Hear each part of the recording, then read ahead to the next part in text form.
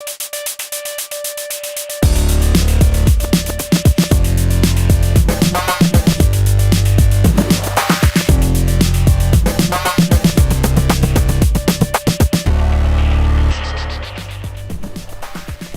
I'm Femi OK and you're in the stream. Today, legalizing vigilantes. Are armed civilians the answer to Mexico's battle against drug traffickers?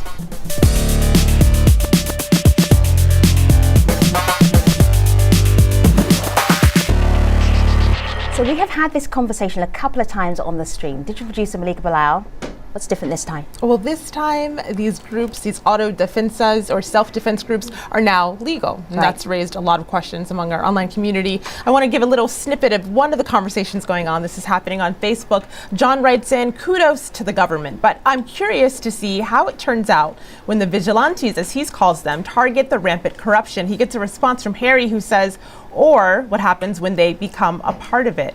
We'll delve into that in today's show, but we can't do it without your help. So join the conversation with hashtag AJStream. He is tweeting furiously. He wants to know what hashtag we're using and when are we using it. He has his phone ready. He is Stephen Dudley. He is part of our conversation online and in the studio, Director of Insight Crime, and they offer research and analysis on organized crime in Latin America and the Caribbean. He's tweeting like a boss. Welcome back.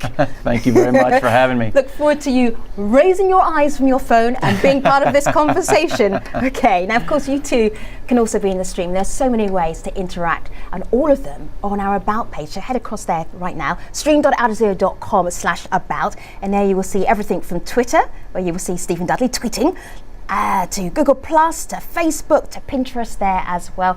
You can join in our conversation anytime, including during this live show, and we'll bring your voice into the conversation. Hey, I'm Malcolm Beat. I'm a freelance journalist, author of the book The Last Narco on the Mexican Drug War, and I'm in the stream.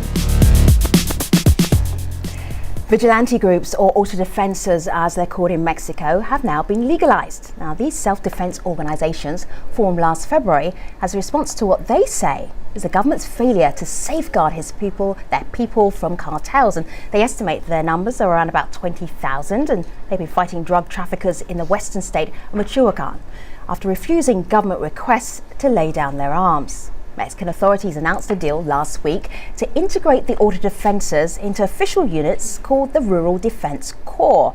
All they have to do is submit membership lists to the Defense Department and register their weapons with the army. So, will this help the fight against drug cartels in Michoacan or present the government with its next big problem? To help us talk about this, we're also joined by Jorge Vasquez Valencia, an autodefensa leader in Michoacan State, and Jasmine Gast, a journalist and blogger who's been following the militia issue in Mexico. It's great to have you all here in this conversation. We also asked the Mexican government to be part of this, but they turned down our request. So, Jorge, you're an autodefensa leader. For us around the world who've got no idea of what's happening in your state, can you give us a little slice of your life? What do you do as an autodefensa leader? Okay, first, or before that, I would like to explain a little bit what is really going on, because like Jasmine said, she's a journalist. She's been in Michoacan, but we never met. She never came to my hometown. So I believe you just go to a place, get an idea of what's going on, but you don't really try to know exactly what's happening. And I would like to give you a very short story of what is happening and why it's happening and what is going to happen, maybe. Go ahead, tell us. Okay, see, we have to go back. From the 50s until the 70s, we had drug or marijuana growers in this region, and we had traffickers. That was it. And in the late 70s and the 80s, the law officials starting not to arrest the traffickers, just to get money out of them, right? And also the judges and all this justice system, they started to milk the drug traffickers. That's what we call it. Okay, after a certain time, in the 80s, late in the 80s, the drug traffickers, I guess they thought about it, said, well, we have money, we have power, we have guns, why do we have to keep paying this government, right? So bring us up to date, Jorge, bring us up to date with a history lesson. Yeah, today, they had to organize themselves in cartels, right? So we've been having cartels and cartel wars until this very day. So what is going to happen to us from not having cartels anymore? Well, it's something else, not what we are doing right now. What we are doing is just defending ourselves. We have no ideology, nothing. We just had to, because we had to kick those guys out because they were the law. They were ruling everything above the government. All right, so I understand the framing. I understand you feel it's important for us to understand that, but I don't get what you do every day. That's what I want to know. Daily life. Yeah, what do you do? Daily life. We have to. Basically, in the last days, we have been working on fixing problems within our group. We cannot call it an organized group. We are not very organized, and we have been like keeping our people from stealing, from extortioning, doing exactly the same things that the cartel was doing before. We had been working on that. Right. Not doing a very good job sometimes, but basically is that, you get up and you have calls from people telling, hey, this guy is doing this to me and all that. And you have to go over there, sometimes put your hand in your gun and wait for your friend not to shoot at you. Jorge, this is Steve. I'm just wondering, I haven't had a chance either to go to Michoacan and speak to you directly, so this is a great opportunity. I'm just wondering what you think your job is. What would be your job description for yourself and your group?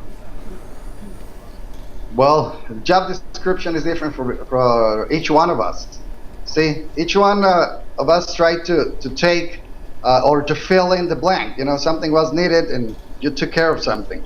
In my case, I start talking to the media and having meetings with the people and trying to organize the groups. I didn't go much into the fighting. I just went 2 or 3 times because I had to do that other part. Okay, let's bring in the community. Well, Jasmine, you heard Jorge mention you a little bit earlier, so I want to go to this Facebook comment we got in from PJR. He says, I've been to Michoacan, and trust me, if you saw what it was like there, you'd be all for it. And he means legalizing these self-defense groups. The government has abandoned them. They are ruled by people who want nothing but to intimidate money out of them. So you have been. Can you describe a little bit of the situation, and is it like what PJ says? Oh, absolutely. I think nobody who has been to Michoacan or who lives in Michoacan is surprised by this happening. I think probably what's surprising is that it hasn't happened before, a long time ago. Some of the stories I've heard out of Michoacan are just, farmers who make about the equivalent of $80 a week, and gang members asking for a protection fee of $20 a week. People are irate by the fact that this cartel is just taking money from businesses, exacting these tolls. And, the other part of the story is the rapes of very young girls, 12, 13 years old. Apparently it's been very rampant, and they've done a lot to piss people off. So it's absolutely not surprising, and if anything, it speaks a lot about the negligence of the government in this scenario. I think one thing that I think we need to be careful about, and I guess I'm speaking more to Jorge than to Jasmine, is this notion of some people being fearful of what could happen with self-defense groups, and then the notion of being against or not understanding why the self-defense groups emerged. I think that you can be both. I think you can understand the origins of the self-defense groups, but at the same time be fearful of what can happen with the self-defense groups. And the problem with the self-defense groups is this notion, more than anything else, of accountability. Who is holding the self-defense groups accountable? What kind of vetting process do we have for the formation of these groups? Well, how are we going to understand when and why and how they use weapons? When do they have any sort of jurisdiction to arrest someone? Jorge's right here. Go ahead, Jorge. Yes, just think about a disaster, an earthquake or something. You'll just start running if you don't know how to take your precautions. You'll run out of the house if you're in a house, and you won't look, who's in charge of all that people running out. That happened to us. We just had to defend ourselves. We were not organized. Our group is a very diverse group. most of our people didn't even finish elementary school. So sometimes when you talk in the media, you're thinking that, okay, we sat down and we said, okay, we're going to be to defend ourselves. We have to be organized. We're going to create, a hierarchy or anything like that. No. It's all wrong. We just had to defend ourselves, and we got together, a group of people. Some people, we are in the same town. Some people, I met them the night before we were going to start the uprising. Right. So don't think of us that we are organized, that we have a plan. We don't have anything else. The government, they do have a plan. They started this. We didn't start it. Something that people doesn't know. See, Wow. before the uprising, I was talking to a general, the Policía Federal Preventiva that we call, said, we are going to help you uprise.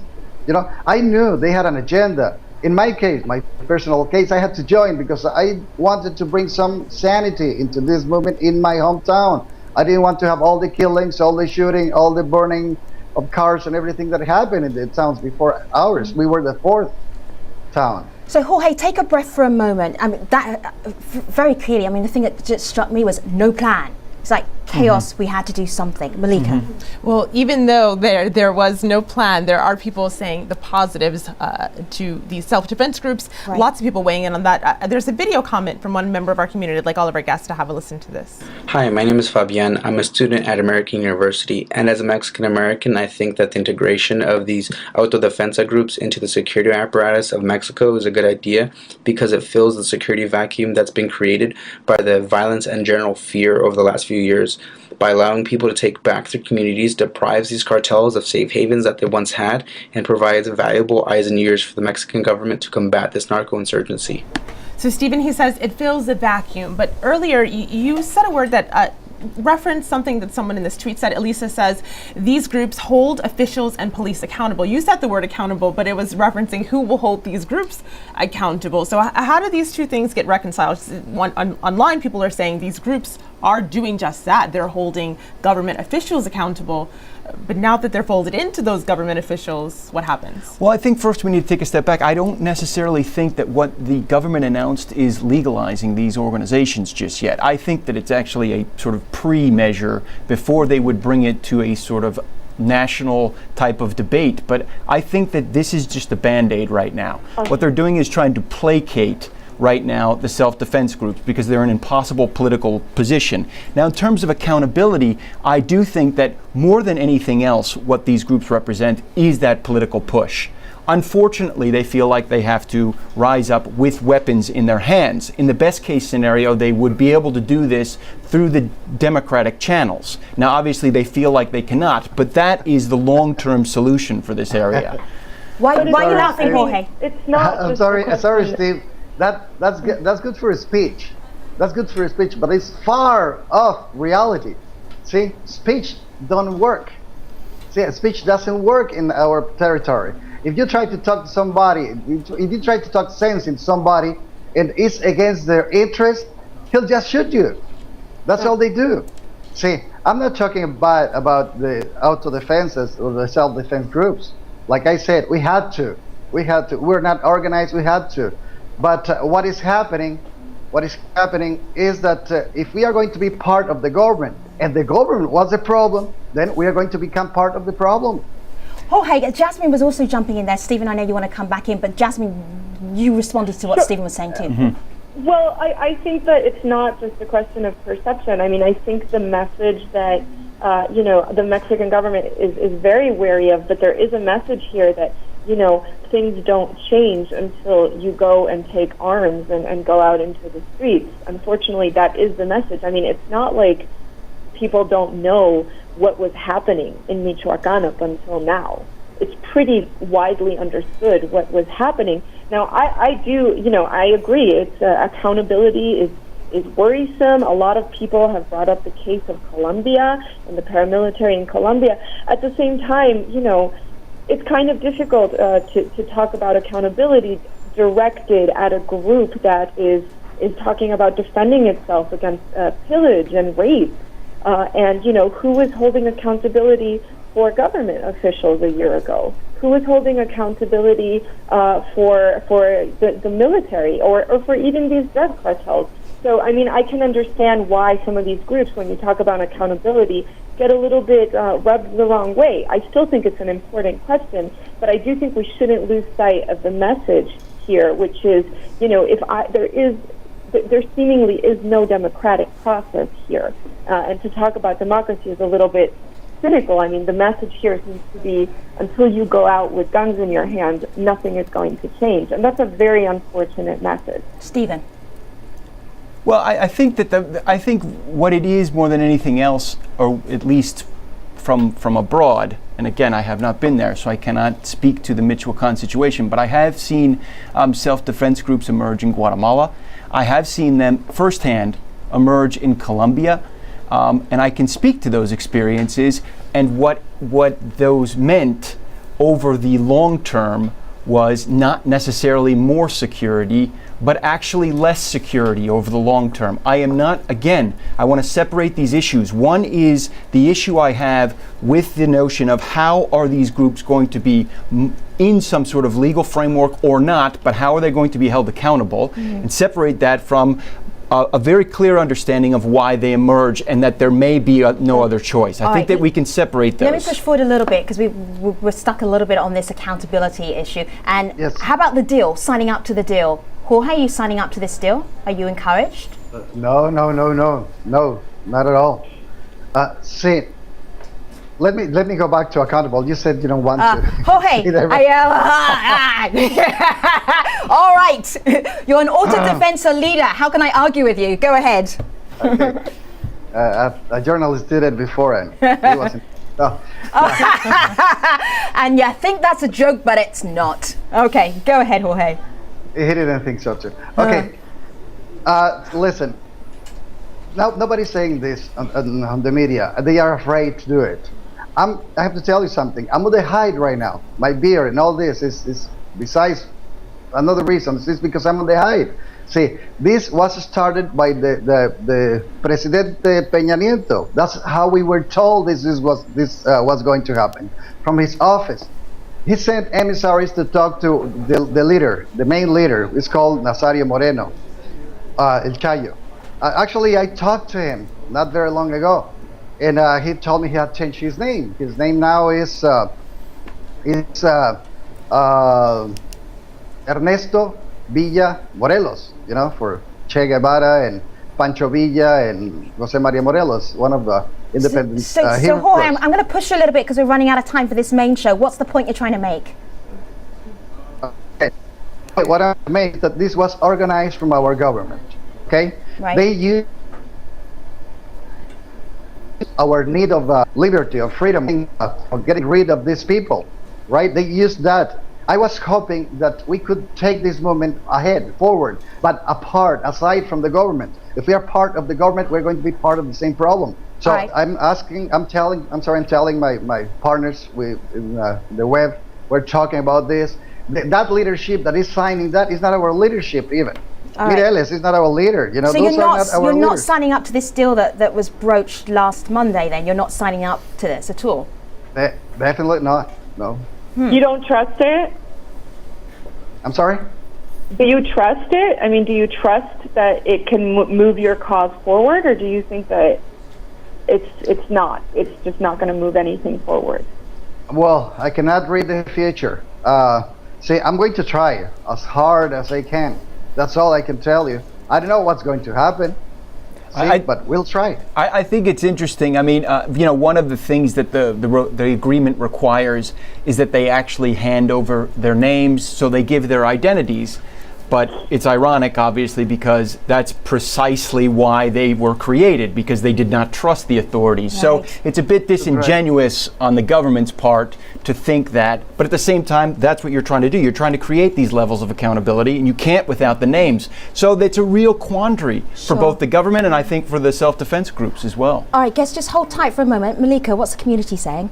Well, they're picking up on something that Jasmine mentioned earlier, which was the example and the model of Colombia. Silva says paramilitary paramilitaries in Colombia demobilized from 2003 to 2006 with terrible consequences, which is it's now invaded by, he says, narco guerrillas. So we've talked about the models in which this didn't work, Jasmine. Are there any models and any scenarios you see in which this could have a positive effect? Well, I don't know. I mean, some people would say that what has happened in Michoacan is positive because it finally got the attention. I mean, and a question that has been brought up is, why Michoacan and why not somewhere else? I mean, certainly the rest of the country for over the last decade has been really ravaged by drug violence. Can something positive happen? I mean, I don't know. I don't know what's going to happen with this making the autodefensas, the self-defense group, official. It could be a very interesting move of legalizing the movement and of cooperation. But, it's also concerning what Jorge says. I don't trust it. And, after, I'd say 10 years of Mexico just being in this horrific cycle of violence, why trust it? Right. Is the question for Jorge is why would you trust it?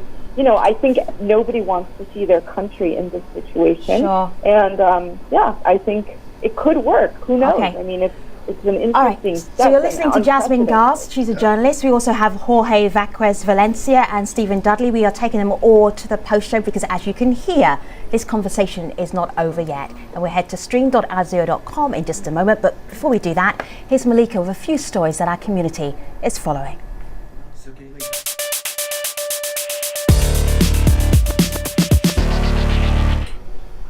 Native Americans took to Twitter this Super Bowl Sunday to try and change the narrative for indigenous peoples.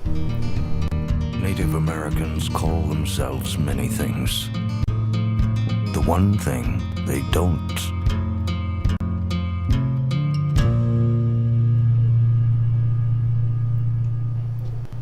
Due to lack of funds, the video by the National Congress of American Indians never aired during the big game, but it's gotten nearly 1 million YouTube views.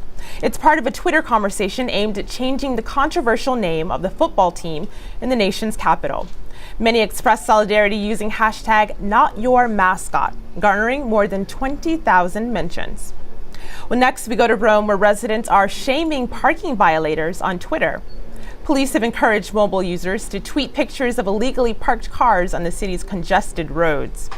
In the last 30 days, police have received more than 1,000 complaints and responded to some 700. And finally, we head to Australia, where Prime Minister Abbott's YouTube account was suspended Sunday after deceptive content complaints. Netizens fueled speculation as to what caused Abbott's video message titled "Delivering on Our Promises" to be taken down. A few users pointed at Abbott's choice of words when discussing the country's asylum seeker policy. The account was restored Monday, and the video is again viewable on YouTube. In a statement sent to News Corp Australia, Google said that videos flagged by users are sometimes mistakenly taken down. Well, Chris tweets, "There was nothing deceptive in his video, no more than any other political leader." Well, you can check out the other stories we're following at stream.aljazeera.com. Femi? Thank you very much. Stephen, did you watch the game yesterday?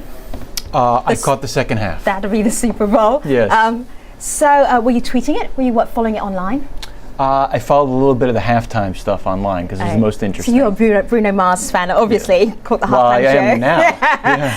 So I was watching it, and I was also following it on Twitter. Malika Valal, you weren't on Twitter during the game. What happened? I was plugged off, but Twitter released today some of the stats, and it broke a couple of records. Wow. It is not the most tweeted, but it's up there. That Native American Indian ad was tweeted out, and I clicked on it, and it's a beautiful ad. And there's 2 minutes of this ad, and you don't get the final punch until the bit that you actually... Right, the last 10 seconds. It's amazing. We'll tweet it out also. We'll tweet that out, actually, because you really should see it. It's a beautiful, beautiful, beautiful ad. Definitely. Meanwhile, back to your expertise in the post show at stream.aljazeera.com. So Stephen is coming with us to the post show. But first, let me tell you about the next AJ stream. We head to Japan. And since the end of World War II, that country hasn't had a military, but now with rising tensions with China and the Koreas, some Japanese think it's time to push aside pacifism and build a stronger defense force. More on that tomorrow. Until then, you'll find us online at stream.aljazeera.com. Thanks for watching. Take care.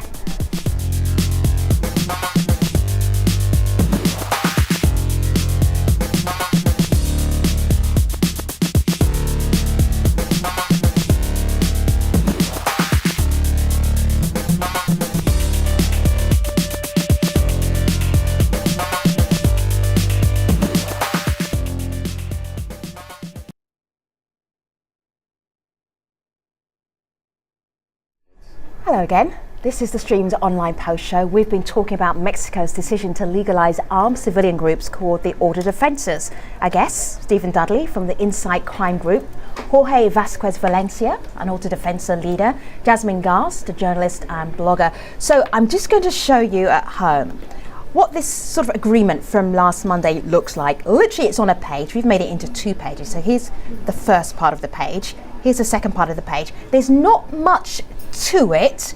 Jorge, what is it about this agreement that you don't like, that you're not going to sign up to? Well, it's very easy. See, this agreement is part of the script of what our government is trying to do.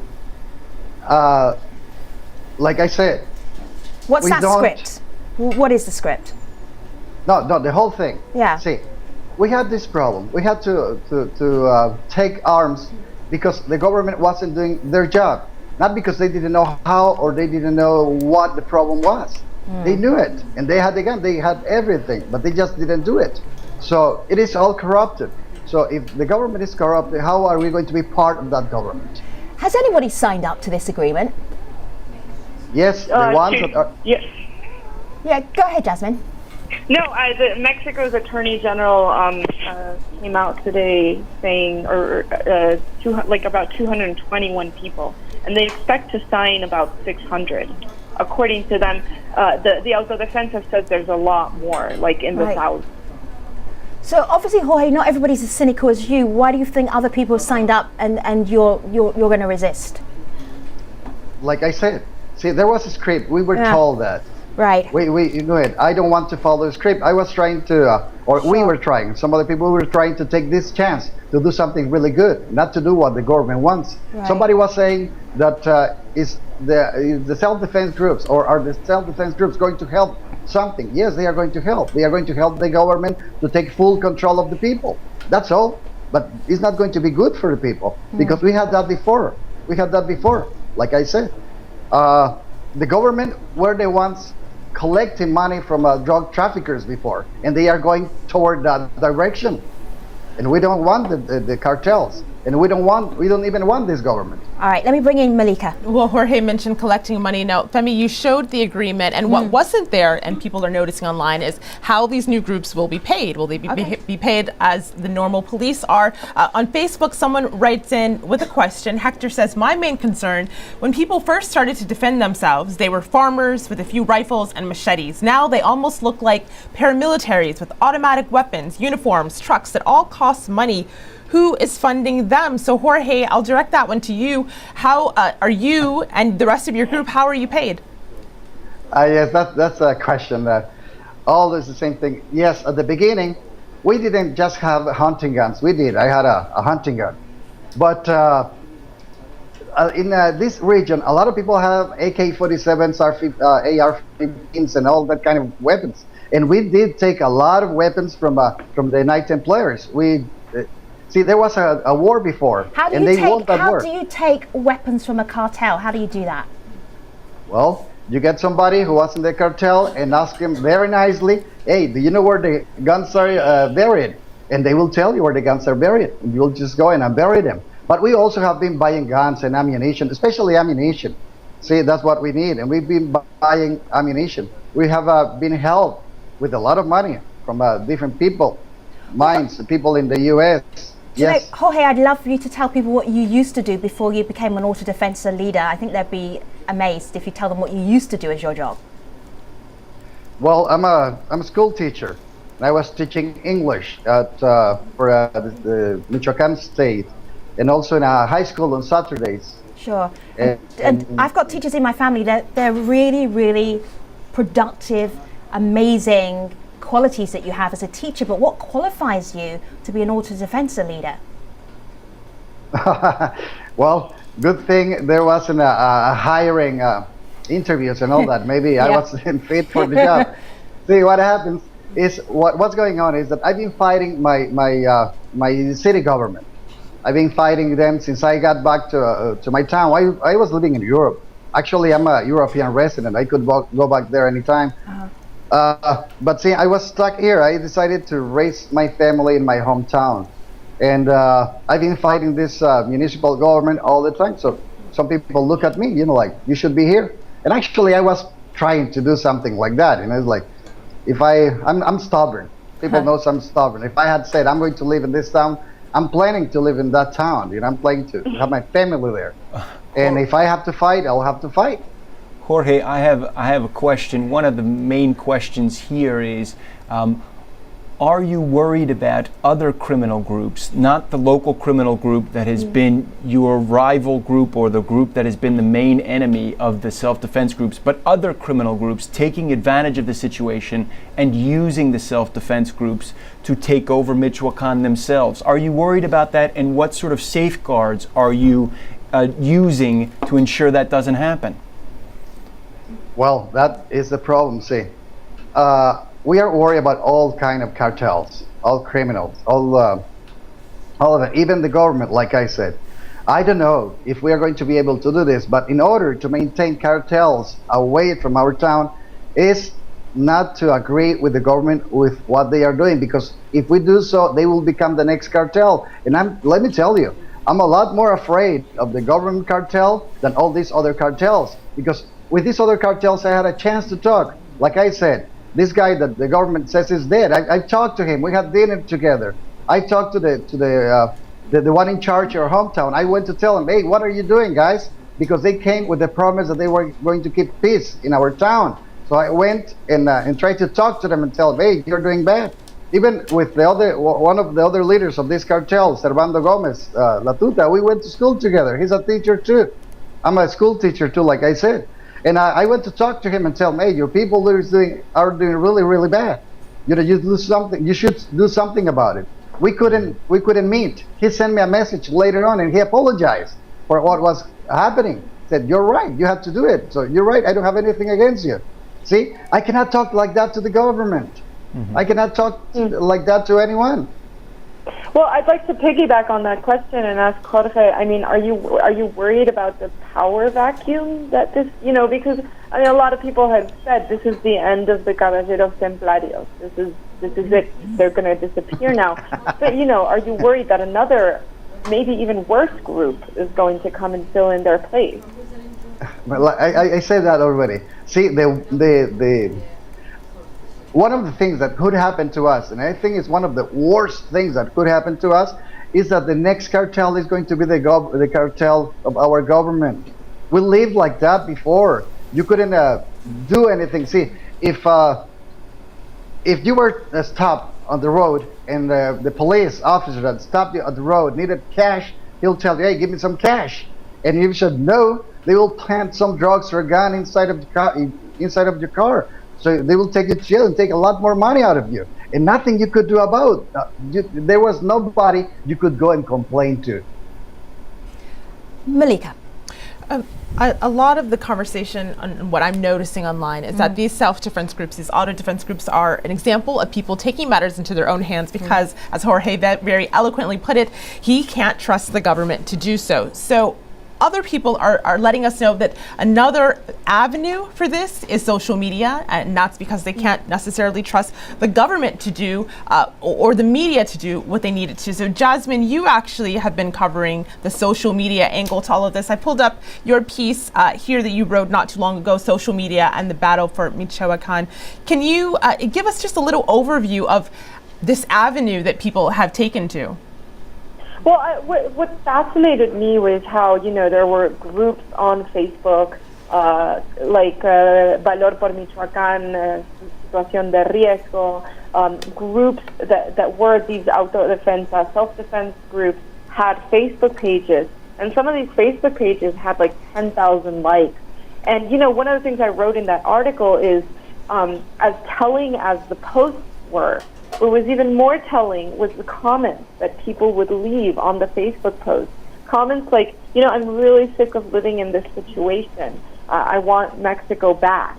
But, I also think it's an interesting commentary. A lot of these Facebook pages, the status updates would be about what was going on, this just happened, stay out of this place, so-and-so just got captured. I think that's a really interesting comment on how Mexicans view general Mexican media, with a sense of distrust, and you get your information straight from the source. from social media. I don't know, Jorge, what you think about that theory? Well, see, something that happened from the beginning. It took about 3 or 4 months in Ailia, let's say, plus, I don't know, 8 months for national media to look into Michoacan. I talked to different media from different countries several times before the national media went to town. So I don't see, I'm an idolist or I'm just crazy. I don't know what I was trying to do, or what I'm trying to do, or what I will try to do in our town is to have an oasis. You know, that if we fix our town with no government, no treaties, nothing like that, we just keep our town clean, some other towns will follow. They maybe will follow. But see, there are another ways to do it. But this is a very rough area. You get killed for nothing here. Just by a bad look, you'll get killed. So, like I said, see, Jorge, I hear a little sliver of a solution there, but that solution is because you're the autodefensa leader of your town. But how does that solution work for the rest of the state? Because it's not working for the rest of the state. Not everybody has your morals and your credentials. Well, I was hoping... I just want to do the bigger picture, because you're not signing up to the deal. You feel that you've created this little oasis. But what about the rest of the state? Well, my hope is that it could spread like the flu. Like the flu. Not the best analogy. Mexican flu, the good kind. Yes. Wow.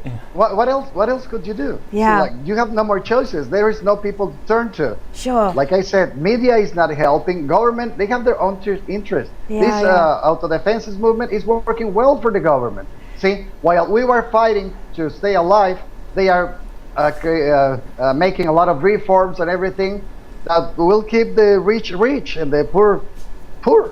You know, it's working great for them. It was created for that. See, Jasmine, when I asked you earlier, you said, I don't know. I don't know what the solution will be, if this will work or not. That's it? That's all you got? I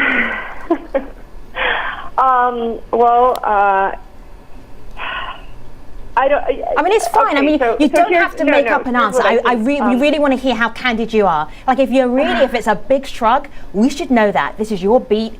You speak to people. No, I is it a big think shrug? Everyone wants there to be a solution. Yeah. And it's a very complicated situation. I mean, we spent a good amount of time talking about how there was such fertile ground for this to happen. Right. So nobody says, well, this should not have happened. Yeah. It was really, I don't know that there was any way out of this happening. Like I said, I think everyone, myself included, wants to see a solution. I mean, you don't want to read in a newspaper. You don't want to go and hear people tell you, so many 12 and 13-year-old girls were raped. Sure. Nobody wants to hear that. Yeah. So you do want a solution. But it's hard to say, in Mexico with these kinds of movements. I mean, it seems, recently I did a story about Zapatistas, another uprising in Chiapas, which is a very different kind of uprising. And I think but it is really interesting to talk about how the Zapatistas have really managed to have their autonomy and they managed their goals, but they are still surrounded by military bases in a very uneasy situation. Okay, I'm wrapping up this conversation, Jasmine. I hear you. I still hear I don't know, and that's fine. It's totally okay as a journalist to say I don't know. You don't have to have all the answers. Stephen, I'm hearing from you cynicism from the whole of this conversation, a great deal of cynicism. Is there a solution? I fear that this is perhaps in Jorge's town, perhaps he's seeing some positive things where he hasn't seen them in years. Right. And I think that is something to grab onto. Obviously he's grabbing onto that and saying, this is what we need to do. We need to amplify this. But I have seen this go wrong too often to think that this is the right solution. And this is terrible. I don't have a solution. But studying all of this stuff and then not being able to go, okay, it didn't work in Colombia, it didn't work in Peru, but try this. What's the point of what you do if you don't bring that? I will return to the value of this more than anything is this is a scream. This is a scream from the hilltops. Right. And if it forces the government to, and I'm talking mostly on the federal level, to really dedicate itself to this, and this is a long process, then that is the way that it has to move. Sounds completely naive and ingenuous, but that is the only way I've seen it work in other places. Jasmine, Jorge, Stephen, this conversation is going to go online. Jasmine, I know you are a social media maven. We know we're going to carry on this conversation online. Stephen's already been tweeting. Jorge, we wish you every success with your town. And then our online community, where are they falling on this? It is a long process, as Stephen said, and a question someone asked is, it will be how the self-defense forces wield power in a way that doesn't cause more pain. Hashtag AJ Stream. That conversation is now online. On the next show, we head to Japan. Since the end of World War II, the country hasn't had a military, but now with rising tensions with China and the Koreas, some Japanese think it's time to push aside pacifism and build a stronger defense force. More on that tomorrow. Until then, you know where we live. Stream.aljazeera.com. Take care.